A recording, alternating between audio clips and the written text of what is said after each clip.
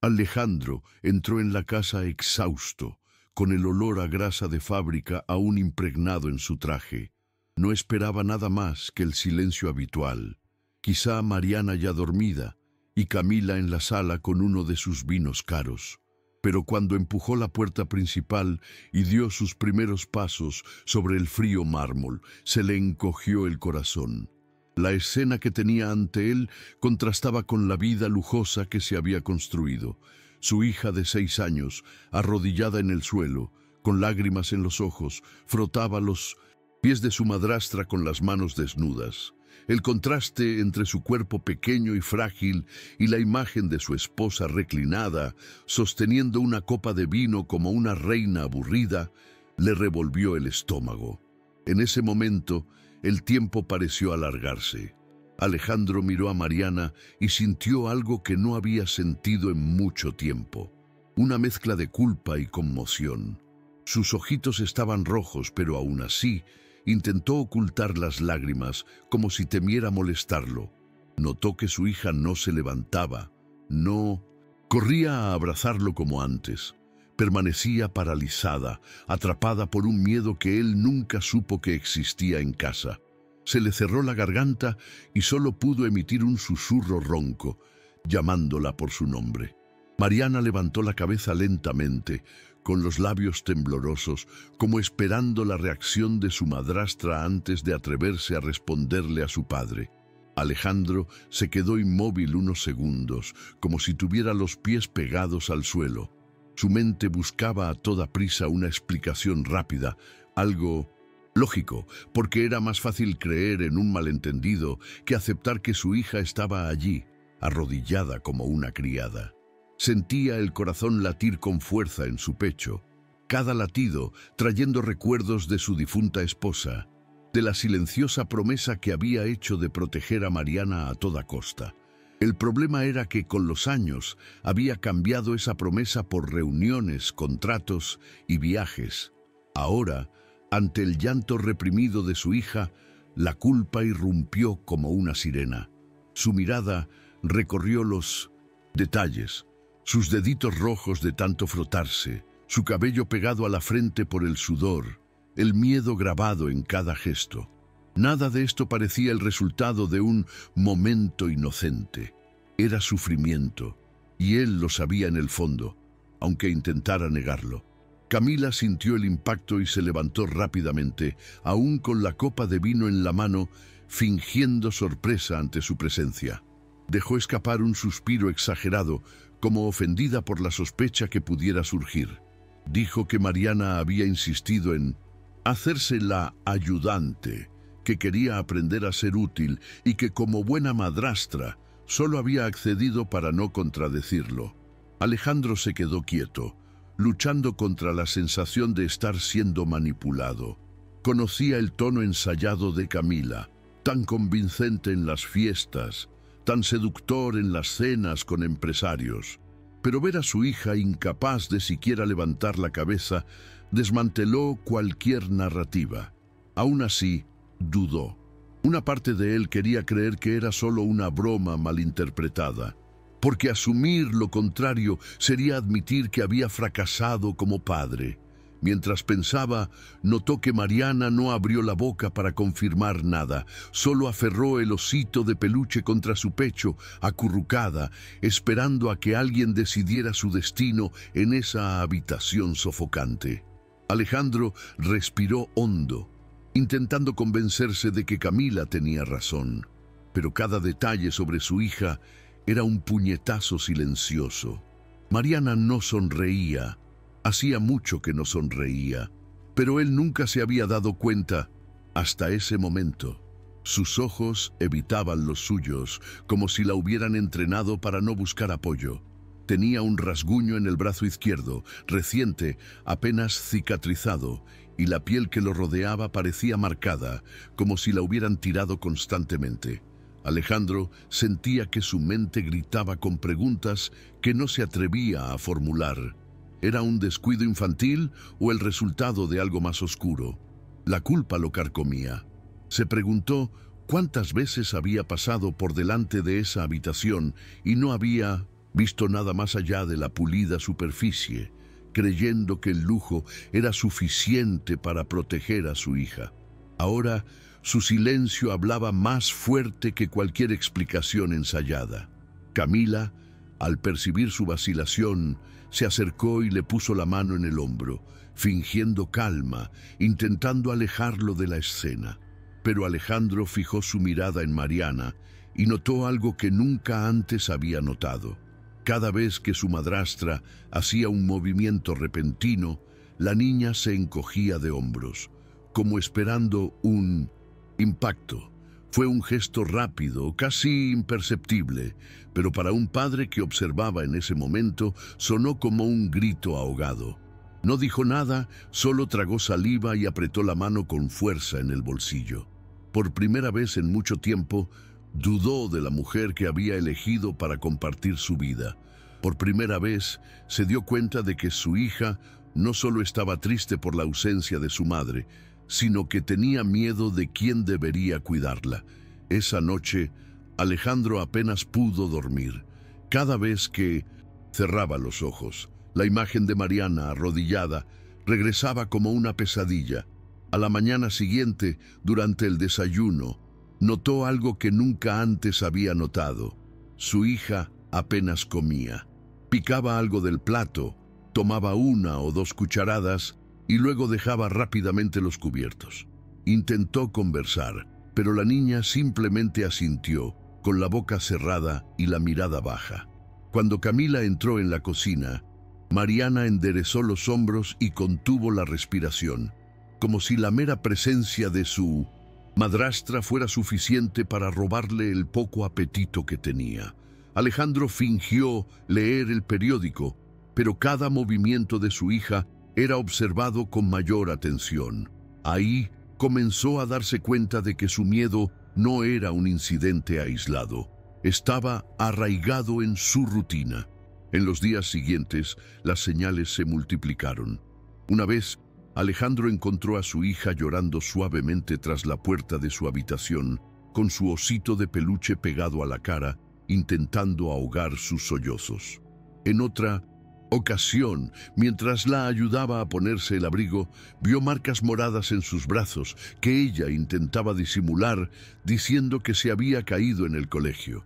Quiso creerle, pero algo no cuadraba. Las marcas parecían de dedos, no de caídas. Su mente libraba una guerra silenciosa.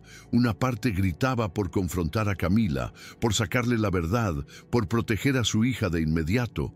Otra, temerosa, se escudaba en la idea de que quizá exageraba, viendo monstruos donde no los había. Esta indecisión lo consumía, como atrapado entre la imagen pública de un esposo ejemplar y la realidad privada de un padre fracasado. Rosaura tenía una presencia asfixiante en la casa. Alejandro nunca sospechó mucho, pues siempre la vio como una mujer educada, de gestos firmes, que parecía preocuparse por su hija y su nieta adoptiva. Pero cuando llegaba sin avisar, encontraba a Mariana retraída en un rincón, cargando pesados cubos o fregando el suelo con un trapo que parecía más grande que ella. Su suegra la trataba como si fuera invisible, dándole órdenes cortantes sin rastro de cariño. Alejandro se preguntaba si se trataba simplemente de un estilo de crianza autoritario, pero en el fondo sabía que no. La niña parecía llevar sobre sus hombros un peso mayor que el cubo lleno de agua. Era el peso del miedo, visible en su mirada vacía, como si hubiera aprendido a no esperar nada de nadie. Una tarde, Alejandro llegó temprano y escuchó una conversación que se extendía por el pasillo. No era exactamente una conversación, sino una sucesión de palabras agudas y reprensivas. Al acercarse, oyó la voz de Rosaura. «Eres una inútil, inútil». Se le heló la sangre. Abrió la puerta rápidamente y encontró a Mariana, intentando ocultar sus lágrimas, con el trapo mojado en las manos. Rosaura, al verlo, cambió de tono al instante, diciendo que solo estaba corrigiendo el error de la niña que había derramado agua en el costoso suelo de la mansión. Alejandro permaneció en silencio, simplemente observando la escena. Una parte de él quería gritar, pero la otra, dominada por su costumbre de evitar el escándalo, prefería convencerse de que solo era una dura forma de disciplina. Su silencio, en ese momento, fue como una garantía de que el abuso permanecería oculto. Camila tenía una forma calculada de convertir cada pequeño error de Mariana en un castigo. Si perdía un vaso, la obligaban a cargarlo repetidamente hasta que le dolía el brazo. Si olvidaba cerrar una puerta, pasaba horas arrodillada en el suelo fregando el mármol. Para cualquier visitante la mansión era impecable, pero para Mariana cada superficie brillante era el resultado de un esfuerzo forzado, arrancado de la infancia que nunca tuvo. A Alejandro a veces le extrañaba el comportamiento tranquilo y obediente de su hija, pero siempre que le preguntaba, Camila le ofrecía explicaciones amables, diciendo que era importante disciplinar para no criar a una niña frágil. Cansado del trabajo, lo aceptaba, prefiriendo creer que todo se debía a métodos de crianza rígidos. Sin embargo, con el paso de las semanas, Alejandro empezó a percibir una atmósfera extraña en la casa. Era como si la mansión, a pesar de su lujo, estuviera sumida en un pesado silencio. La risa de Mariana desapareció por completo, reemplazada por susurros y pasos contenidos. Por las noches, incluso oía sollozos ahogados provenientes de la habitación de su hija, pero se convencía de que eran solo pesadillas. Se le encogió el corazón, pero su mente buscaba excusas para no afrontar la verdad. Su imagen pública de hombre exitoso, un proveedor ejemplar, parecía incompatible con la idea de permitir que su hija fuera maltratada en casa. Esta contradicción lo paralizaba, y cada día que pasaba se acentuaba la distancia entre el padre que quería ser y el padre que Mariana en la práctica tenía a su lado. Los cambios en el cuerpo de Mariana eran cada vez más notorios. Su piel parecía más pálida, sus ojos hundidos, e incluso sus movimientos habían perdido la ligereza de una niña de 6 años. Alejandro notó que su hija tropezaba con frecuencia, como si estuviera constantemente cansada. Una mañana, mientras la ayudaba a ponerse los zapatos, notó rasguños en sus piernas y moretones esparcidos por sus brazos. Preguntó qué había pasado, pero Mariana simplemente bajó la cabeza y murmuró que se había caído en el jardín. La respuesta sonó memorizada, automática, como si fuera algo aprendido para evitar más preguntas. Alejandro permaneció en silencio, con una mezcla de ira e impotencia, pero una vez más dejó sus dudas en un segundo plano. Lo que más le dolía era darse cuenta de cómo la niña había perdido incluso las ganas de jugar.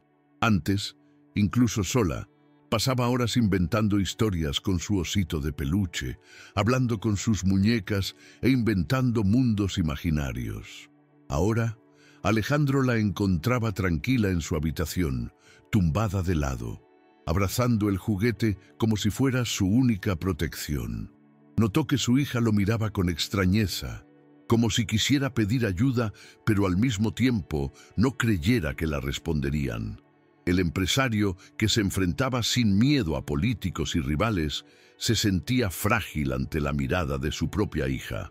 Su mente repetía la misma excusa. Es solo una fase. Todavía extraña a su madre. En el fondo, sabía que no era solo eso, sino que admitir la verdad significaba afrontar el fracaso más doloroso de su vida. Camila sabía exactamente cuándo actuar. Aprovechaba los momentos en que Alejandro estaba ocupado en reuniones o visitas a fábricas para imponerle reglas crueles. Mariana se veía obligada a tender la cama impecablemente, alineando cada almohada como si fuera una empleada adulta, y cuando cometía algún error, la castigaban, parada en un rincón de la habitación durante horas sin poder sentarse. En otras ocasiones, Camila le ordenaba a la niña que llevara bandejas pesadas a la sala, aunque veía sus bracitos temblar por el esfuerzo. Rosaura reforzaba cada orden con esa mirada fría que parecía considerar a Mariana una intrusa indeseada. La niña obedecía en silencio, como si hubiera renunciado a resistirse, simplemente sobreviviendo día tras día. Alejandro empezó a notar pequeños detalles que antes le habían pasado desapercibidos. Al llegar a casa, Mariana corría a abrazarlo, pero ahora solo esperaba, inmóvil, como si temiera mostrarle cariño delante de su madrastra. Cuando llamaba a su hija para jugar, recibía una tímida y fugaz sonrisa, que se desvanecía enseguida cuando Camila entraba en la habitación. A veces, Mariana dejaba escapar una mirada de terror, de esas que dicen mucho, pero Alejandro, paralizado entre la negación y la desconfianza, solo podía tragar saliva. La lujosa casa se parecía cada vez más a un escenario de teatro. Para vecinos y amigos todo era perfecto. Para Mariana era una prisión donde cada paso en falso tenía un precio. Caía la tarde cuando Camila decidió llevar la crueldad al extremo. En el jardín de la mansión se alzaba un árbol alto, de ramas gruesas, y una colmena colgante, algo a lo que cualquier adulto evitaría acercarse. Mariana, con un vestido sencillo y descalza, fue empujada cerca del tronco. «Sube y tráeme esa caja de miel», ordenó Camila, señalando la colmena como si fuera algo inofensivo. La niña, con la voz casi ahogada, rogó que no lo hiciera. El miedo era evidente en sus ojos, pero Camila se cruzó de brazos y observó con impaciencia. Rosaura, cerca, reforzó la orden con una mirada penetrante. Mariana, temblando, comenzó a trepar, aferrándose al tronco con sus pequeñas y frágiles manos. Un movimiento en falso bastó para que el desastre ocurriera. La rama se balanceó, la colmena se sacudió y en cuestión de segundos una nube de abejas enfurecidas envolvió a la niña. Sus gritos de dolor resonaron por el jardín, mezclándose con el zumbido ensordecedor. Mariana intentó bajar, pero perdió el equilibrio y cayó al pasto, retorciéndose mientras su rostro y brazos se hinchaban rápidamente. Fue en ese momento que llegó Alejandro, quien regresaba temprano del trabajo. Al ver a su hija caída, corrió frenéticamente, arrancándose la chaqueta para protegerse de los insectos y alzando a la niña en brazos. Su corazón latía salvajemente, una mezcla de pánico y culpa, mientras corría hacia el auto sin siquiera mirar a Camila o Rosaura. Por primera vez, el dolor de su hija estaba allí, desnudo e imposible de negar. En el hospital, Alejandro entró desesperado, gritando, pidiendo ayuda, mientras cargaba a Mariana en brazos. Los médicos entraron de inmediato al ver el rostro hinchado de la niña, cubierto de picaduras, y la llevaron rápidamente a urgencias. Se quedó afuera, dando vueltas, con las manos en la cabeza, el pecho ardiendo como si cada segundo fuera una eternidad. Cuando la pediatra, la doctora Guadalupe Sánchez, salió a hablar con él, Alejandro apenas tuvo fuerzas para escuchar, pero sus palabras fueron claras. Además de las picaduras, Mariana mostraba signos de desnutrición, antiguas marcas de heridas y moretones esparcidos por todo el cuerpo. No eran accidentes, eran señales de maltrato continuo. Alejandro sintió que sus piernas cedían, como si el suelo hubiera desaparecido. Por primera vez no había duda. Poco después llegó la revelación final. Luz María Ramírez, la ex empleada doméstica que había cuidado de Mariana desde que era bebé, apareció en el hospital. Contuvo las lágrimas mientras relataba la constante humillación, los gritos y los crueles castigos que le infligían Camila y Rosaura. Dijo que intentó proteger a la niña, pero que la despidieron cuando empezó a cuestionar el abuso. Alejandro escuchó en silencio, con el corazón dolorido. Cada palabra era un golpe directo que destrozaba la fachada de normalidad que había mantenido. Se dio cuenta de que, si bien se había refugiado en su trabajo, creyendo que le estaba dando a su hija una vida perfecta, Había permitido que lo peor sucediera en su propia casa. En ese momento, ya no era el poderoso empresario que la sociedad conocía. Simplemente era un padre roto, aplastado por la culpa de no haberlo visto antes. Alejandro regresó a la mansión con la mente en llamas. Ya no había lugar para excusas ni racionalizaciones. Su propia hija casi había muerto, y ahora sabía que su sufrimiento se había ido enconando día tras día en ese lugar que debería haber sido seguro. Al entrar, encontró a Camila sentada en la sala, impecablemente vestida como siempre, cruzando las piernas con la misma pose elegante que usaba en 1900. Eventos sociales. Rosaura estaba de pie a su lado, con la mirada desafiante. Alejandro no necesitaba largos discursos. Su tono, duro y cortante, heló la habitación entera. Dijo que lo sabía todo, que ya no había máscaras capaces de ocultar su crueldad.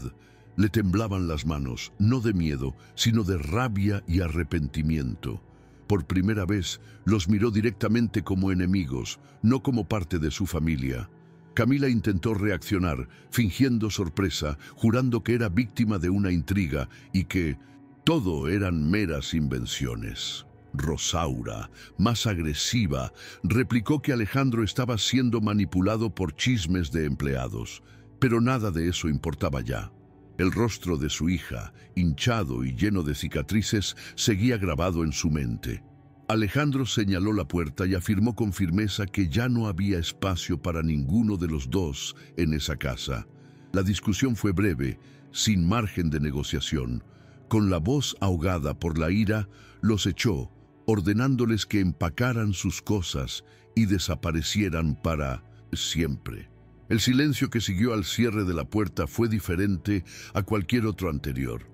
Ya no era el silencio de la negación, sino el pesado vacío de quien se dio cuenta demasiado tarde de la magnitud del daño. Camila salió de la mansión con una expresión sombría, sin lágrimas, solo la furia contenida de alguien que se negó a aceptar la derrota. Rosaura, a su lado, derramó veneno en cada palabra, prometiendo que Alejandro pagaría caro por humillarlos. Unos días después, estaban en la lujosa oficina de Javier Montoya, un ambicioso abogado conocido por torcer la ley a su favor. Allí, los dos presentaron la situación desde un ángulo distorsionado, alegando que Alejandro era un padre negligente, incapaz de cuidar a su propia hija.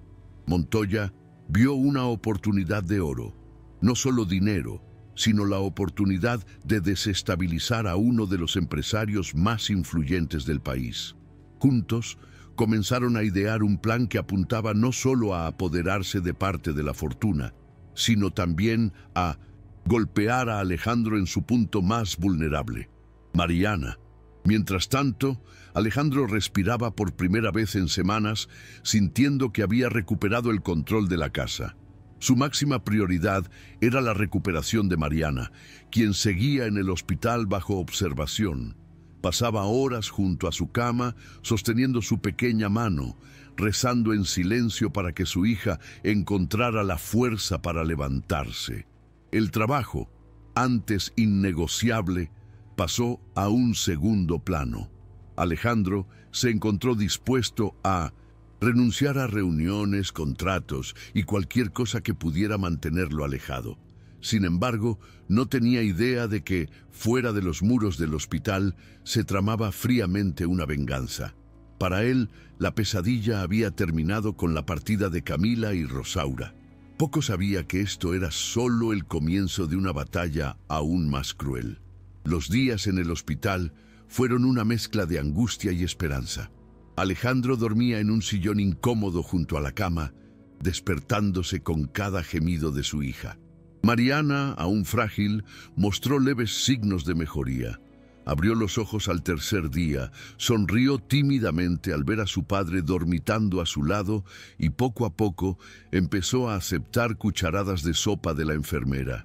El médico le explicó que la recuperación física sería lenta pero posible. El mayor reto, sin embargo, sería lidiar con los traumas que no se reflejaban en las ecografías. Alejandro escuchó en silencio, sabiendo que no había medicina que borrara el miedo que su hija había arrastrado durante tanto tiempo. Simplemente se prometió a sí mismo que estaría allí, presente, sin más excusas.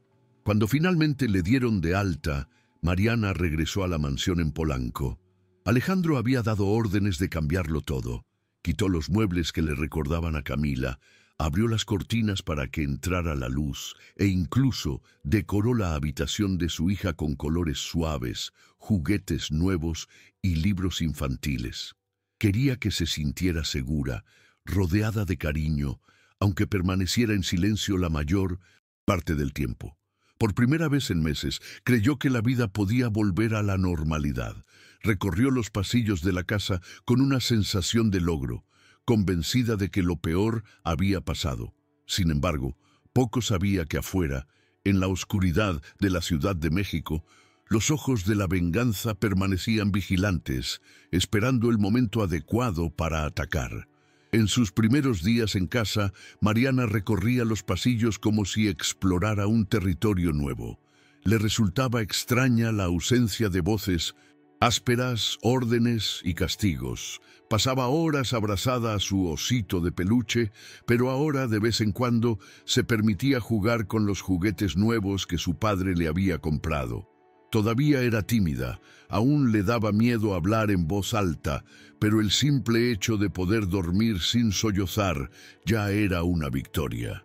Alejandro observaba cada detalle con atención, emocionado por los pequeños avances, una sonrisa fugaz, una pregunta susurrada, la curiosidad que regresaba a los ojos de su hija. Era como si finalmente hubiera empezado a conocer de verdad a la niña, después de años de vivir separados. Alejandro, por su parte, se sintió transformado. La rutina laboral ya no era una prioridad, y los empleados de la fábrica aprendieron a vivir con su ausencia de algunas reuniones. Pasaba las mañanas tomando café con su hija, llevándola a dar paseos cortos por el jardín e incluso empezó a leerle cuentos antes de dormir, algo que nunca antes había hecho. En su interior había una mezcla de alivio y arrepentimiento. Alivio al creer que había logrado liberar a Mariana del tormento, arrepentimiento por no haberlo visto antes. En su mente, este era el comienzo de una nueva etapa, tal vez una oportunidad para enmendar errores pasados. El frío empresario había dado paso a un padre presente, dispuesto a todo por proteger a su hija. Lo que no sabía era que esa sensación de seguridad era solo la calma antes de la tormenta. Era una noche tranquila, de esas en las que el aire de la Ciudad de México parecía más ligero después de un día sofocante. Alejandro estaba en su oficina, revisando unos papeles, cuando oyó un ruido sordo proveniente del jardín. Pensó que era solo una ramita arrastrada por el viento, pero pronto sintió una molestia en el pecho. Se levantó y caminó por el pasillo hasta la puerta de cristal que daba al patio trasero. El jardín estaba iluminado solo por la tenue luz de las farolas de afuera, y allí, en medio del pasto, lo que vio le encogió el corazón. El osito de peluche de Mariana tirado en el suelo. No había rastro de la niña.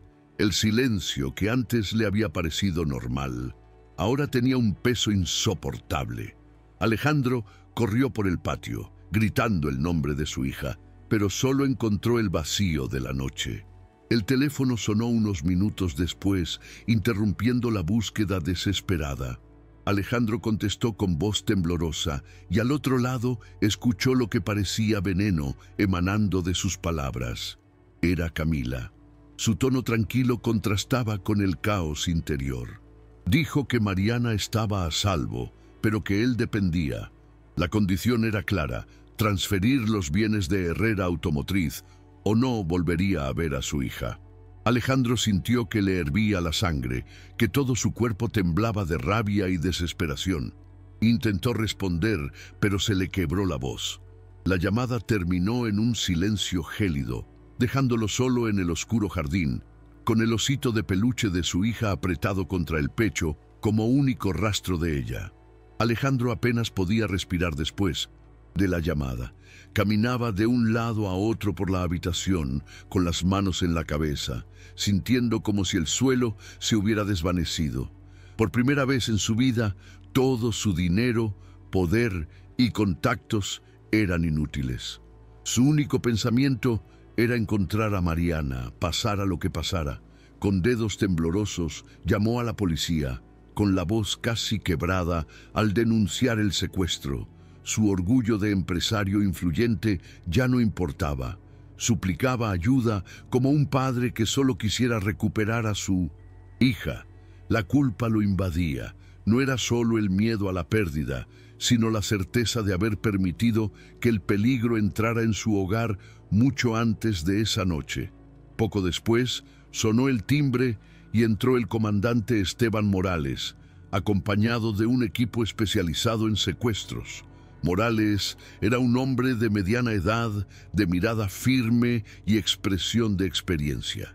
Al escuchar los detalles, no edulcoró la situación. Dejó claro que el caso era grave, pero que harían todo lo posible por recuperar a la niña. Alejandro se aferró a esa promesa como a un último salvavidas. Por primera vez en días sintió que no estaba solo. Morales le pidió confianza, pero también le dejó claro que Camila y Rosaura no eran enemigas comunes. Las impulsaba la venganza, y eso lo hacía todo aún más peligroso. Alejandro asintió, con el corazón roto, dispuesto a afrontar cualquier cosa. La policía empezó con lo básico: rastrear la llamada entrante. Alejandro le entregó su celular, con la pantalla aún temblando en sus manos. El técnico de comunicaciones le informó rápidamente que la llamada provenía de un número enmascarado, redirigido varias veces para dificultar su rastreo. Morales no se sorprendió. Dijo que quien lo planeó sabía exactamente cómo engañar a la policía. Después revisaron las cámaras de seguridad de la mansión. En la grabación pudieron ver una camioneta negra estacionándose a unos metros de distancia y dos figuras encapuchadas saltando al jardín. La captura fue rápida, silenciosa, y en menos de 2 minutos, la camioneta desapareció en las calles de Polanco. Alejandro vio la grabación en shock, con sus manos sudorosas agarrando el brazo de su silla. Ver a su hija siendo llevada de esa manera fue como revivir el trauma a cada segundo. Aun con todas las pruebas, Morales dejó claro que el caso sería complicado.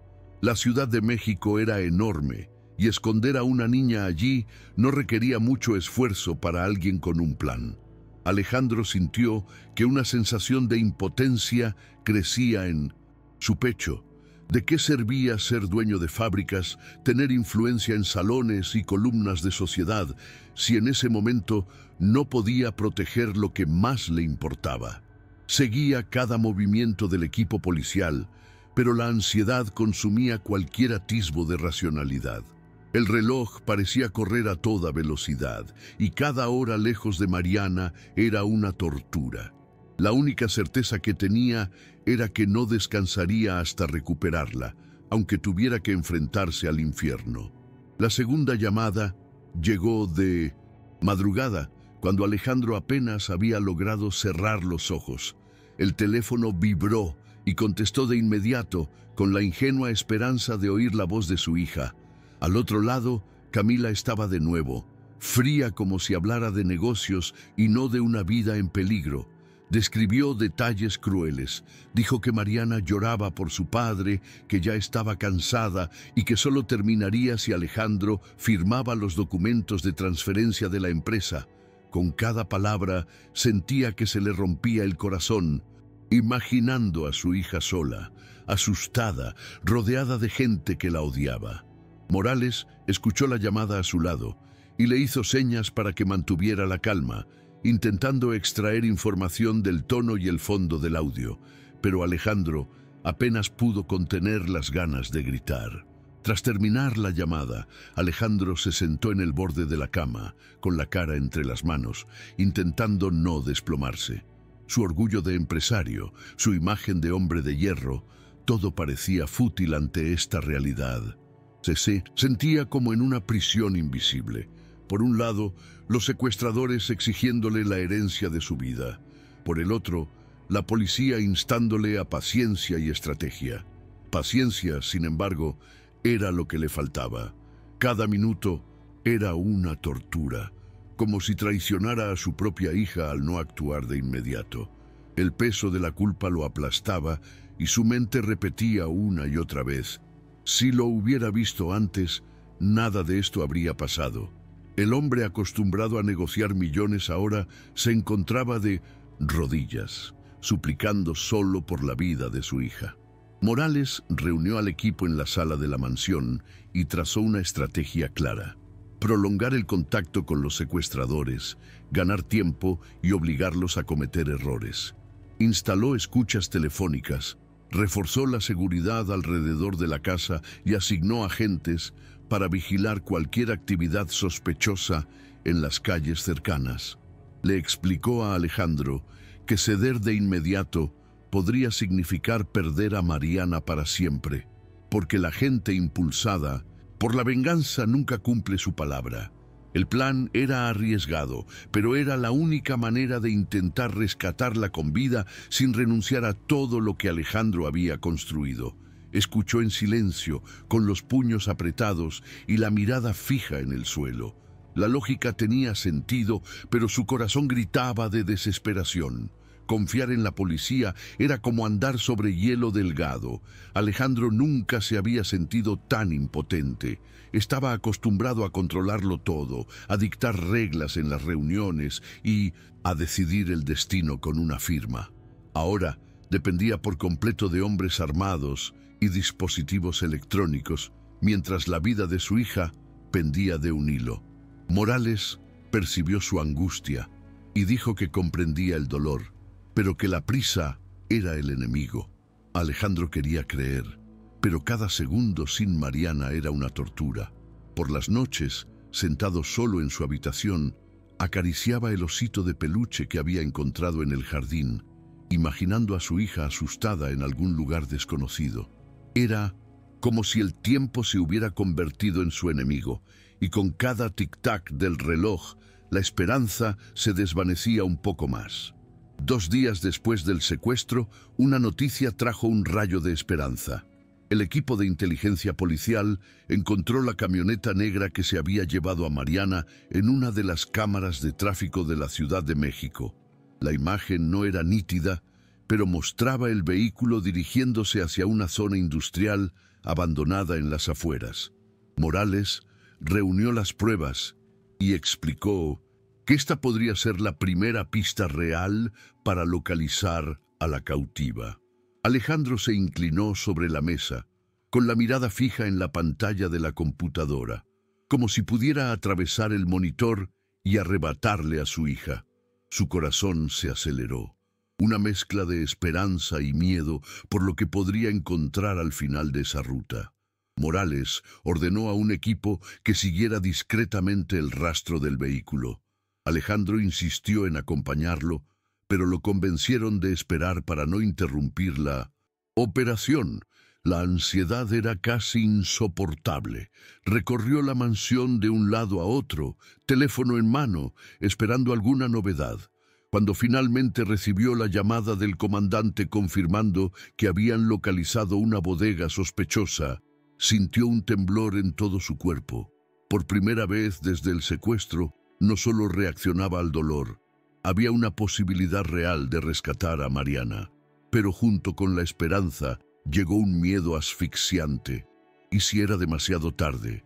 En la jefatura de policía, Morales reunió al equipo de operaciones especiales para detallar el plan. Los mapas del almacén estaban extendidos sobre la mesa, con los puntos de entrada y salida resaltados en rojo. Agentes encubiertos ya monitoreaban la zona a distancia, confirmando actividad sospechosa. Luces encendidas a horas inusuales, hombres entrando y saliendo silenciosamente. El comandante dejó claro que el objetivo era rescatar a Mariana con vida y por lo tanto la acción debía ser rápida y precisa. Alejandro seguía cada explicación de pie, con los puños apretados, con ganas de gritar que el plan no importaba, que solo quería recuperar a su hija.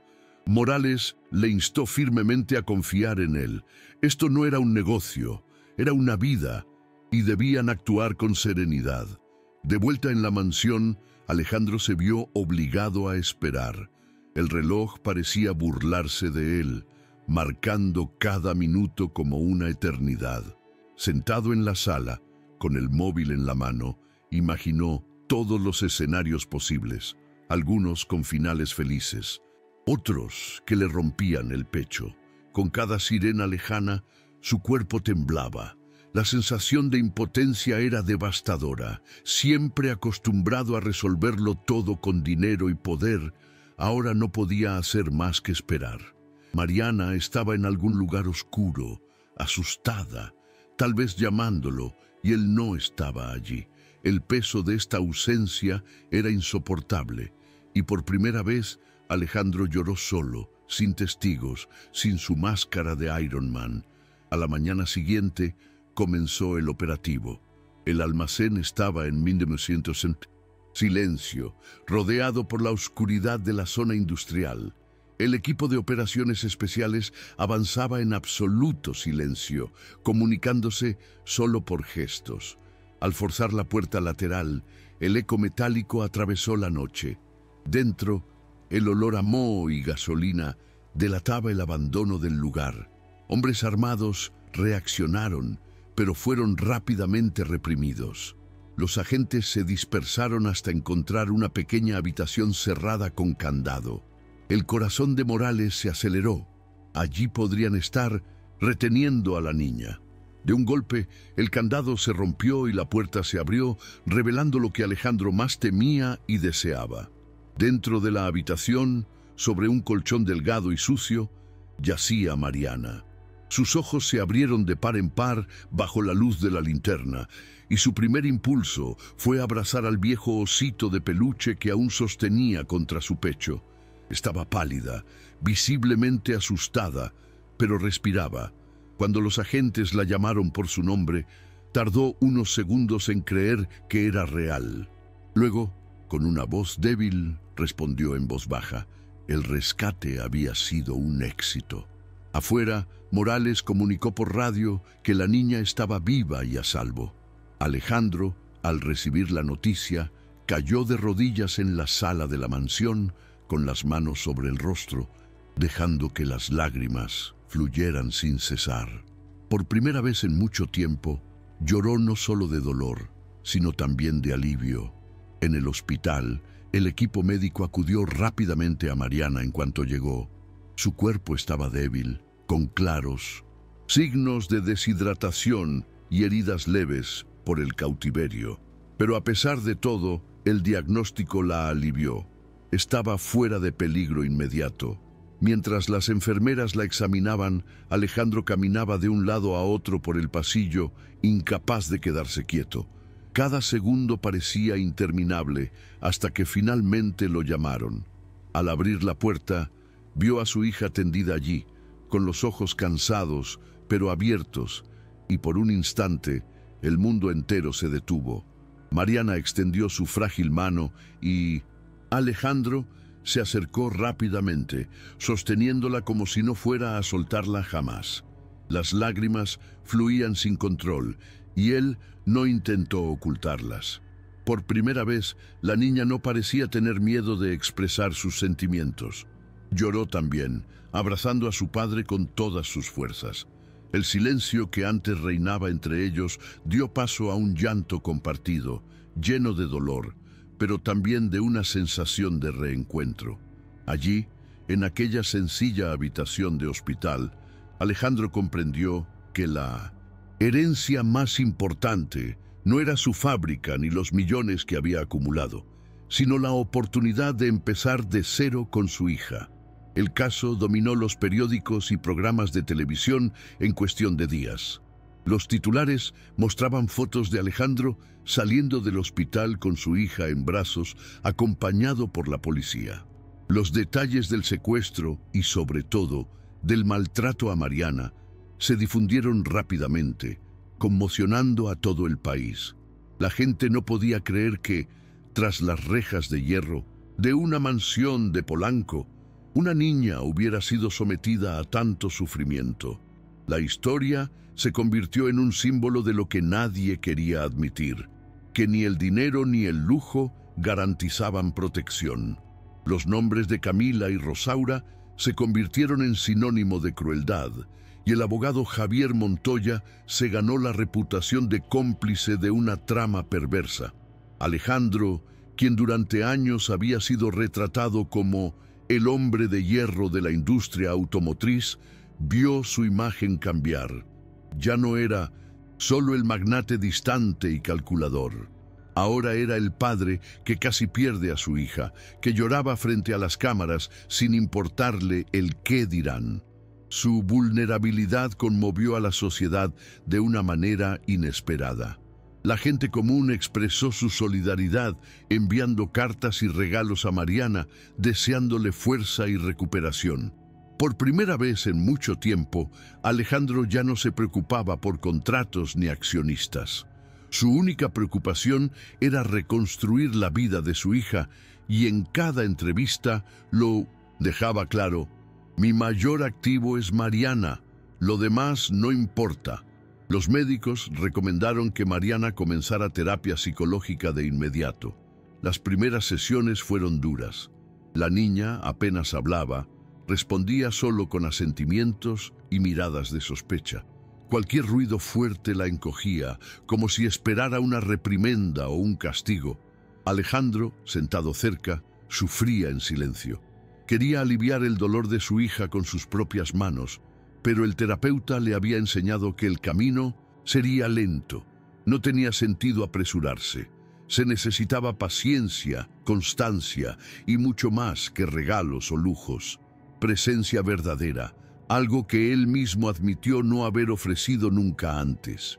Con el tiempo comenzaron a surgir pequeñas victorias. Mariana logró dibujar su primer dibujo a color en semanas, un simple boceto de una casita con jardín. Alejandro atesoraba ese papel como un trofeo. Empezó a organizar su rutina de trabajo en función del horario de su hija, acompañándola a las sesiones de terapia, a las citas e incluso a los juegos más sencillos. Descubrió que no necesitaba grandes gestos para ser padre. Bastaba con estar presente, escuchando, compartiendo el silencio y ofreciendo seguridad. Cada avance de Mariana se celebraba como un logro colectivo, un recordatorio de que la reconstrucción estaba en marcha, aunque con cicatrices. Un día, mientras caminaba por el pasillo de la mansión, Alejandro oyó un sonido que no había oído en mucho tiempo, una risita infantil. Se asomó por la puerta entreabierta y vio a Mariana en la alfombra del dormitorio, jugando con muñecas e inventando conversaciones en voz baja. Era un gesto sencillo, pero a él le pareció un milagro. La niña aún sostenía su viejo osito de peluche cerca de su cuerpo, como si fuera un escudo inseparable, pero ahora podía compartirlo con otros juguetes. Con cada risa tímida, Alejandro sentía que parte del peso que sentía en el pecho se disolvía. Se dio cuenta de que su hija estaba recuperando poco a poco la infancia que le habían arrebatado. Desde ese día empezó a apreciar cada detalle: un dibujo colorido pegado en la nevera, una carrera por el jardín, una petición de cuentos para dormir. Cada gesto de Mariana le recordaba que la esperanza había sobrevivido, incluso después de tanto dolor. Alejandro se conmovió con cosas que antes le habrían parecido triviales, como oír a su hija pedir otra rebanada de pastel o verla jugar con otros niños sin esconderse. Era como redescubrir la paternidad, aprendiendo a ver lo esencial. Y en el fondo sabía que nunca volvería a ser el mismo. No todo fue un triunfo. A veces, en medio de un juego o un paseo, Mariana se retiraba repentinamente, como si una sombra la hubiera atravesado. Un día, al oír el sonido de un vaso rompiéndose en la cocina, se desplomó al suelo y se tapó los oídos, temblando como si esperara una reprimenda violenta. Alejandro corrió a abrazarla y se dio cuenta de que aún tenía heridas invisibles que tardarían años en sanar. La terapia la ayudó, pero los detonantes estaban por todas partes. Finalmente comprendió que el trauma no desaparece de la noche a la mañana, solo se aprende a vivir con él, con paciencia y amor. En esos momentos, Alejandro ya no intentaba dar discursos ni prometerle que todo estaría bien. Simplemente se sentaba a su lado, le tomaba la mano y la dejaba llorar hasta que se le pasara el miedo. Aprendió que la presencia valía más que las palabras. Había noches en que Mariana le pedía dormir en su cama, con el osito de peluche entre ellos. Alejandro aceptaba sin rechistar y a menudo se quedaba despierto solo para asegurarse de que respirara con facilidad. Fueron momentos dolorosos, pero también transformadores. El frío hombre de negocios de antes ya no existía. En su lugar, solo había un padre dispuesto a cargar con cada parte del pasado de su hija. Con el tiempo, Alejandro se dio cuenta de que simplemente cuidar de Mariana no era suficiente. La culpa aún lo agobiaba y necesitaba transformarla en algo concreto. Fue entonces cuando decidió crear una fundación para niños maltratados. Invirtió parte de su fortuna en financiar albergues, terapias y programas de protección. La prensa llamó a la iniciativa el nuevo legado Herrera, pero para Alejandro no hubo marketing ni imagen. Era simplemente un intento de evitar que otros niños pasaran por lo que Mariana había vivido. Cada nuevo albergue que abría era, para él, una forma de disculparse con su hija, aunque sabía que nada borraría el pasado. Mariana también empezó a participar poco a poco. Durante sus primeras visitas a los albergues, se mantuvo tímida, escondiéndose tras su padre, pero pronto se acercó a los otros niños. Ver que no estaba sola, que había otras historias similares a la suya, la ayudó a sentirse más fuerte. Alejandro observaba desde lejos, conmovido, al darse cuenta de que su hija estaba encontrando valentía de maneras que él no había imaginado.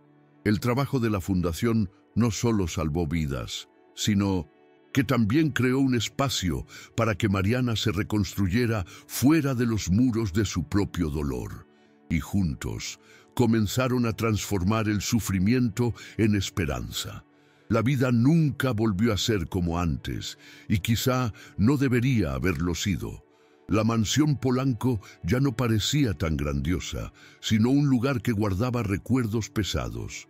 Aún así, padre e hija lograron transformar los fríos pasillos en espacios de cariño.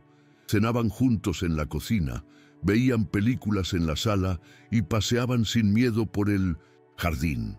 Mariana aún tenía pesadillas. Aún se despertaba a veces llamando a su madre, que se había ido demasiado pronto, pero ahora sabía que su padre estaba allí, siempre presente. Alejandro, por su parte, descubrió que el verdadero lujo no era el silencio de los candelabros de cristal, sino la risa de su hija resonando por la casa. Con el tiempo, Alejandro aceptó que jamás borraría los errores del pasado. Cargaba con la culpa como una sombra, pero en lugar de huir de ella, decidió vivir con ella y aprender. Ya no era el hombre de hierro de la industria, era un padre roto y reconstruido por el dolor. Este cambio era visible incluso para quienes lo conocían de lejos. La rigidez de su rostro dio paso a una expresión más humana y cercana. Ya no necesitaba demostrarle nada al mundo. Lo que realmente importaba estaba allí, sentado a su lado en el sofá, con el viejo osito de peluche aún en brazos y la valentía de un niño que había sobrevivido a lo peor. Alguien tan joven. Nunca olvidó lo vivido, pero aprendió a mirar hacia adelante con el apoyo de su padre. Alejandro, por su parte, nunca dejó de arrepentirse de la ceguera del pasado, pero convirtió ese dolor en combustible para proteger a su hija y a otros niños. Su relación no era perfecta. Hubo días de silencio, recaídas y recuerdos que regresaban como sombras, pero era real, hecha de presencia, cariño y amor. Y eso, para ambos, fue suficiente. Al final, la vida continuó. Alejandro continuó al frente de la fundación, pero nunca más se definió solo por el negocio. Mariana, ya mayor, llevaba el desgastado osito de peluche en un estante especial de su habitación, no como un recordatorio del dolor, sino como un símbolo de supervivencia. Nada podía borrar lo sucedido, nada podía devolver los años robados, pero había algo que perduró a pesar de todo: el vínculo entre padre e hija. Un vínculo marcado por los fracasos, la reconstrucción y la certeza de que, incluso en lo peor, el amor era el único legado que nadie podía destruir.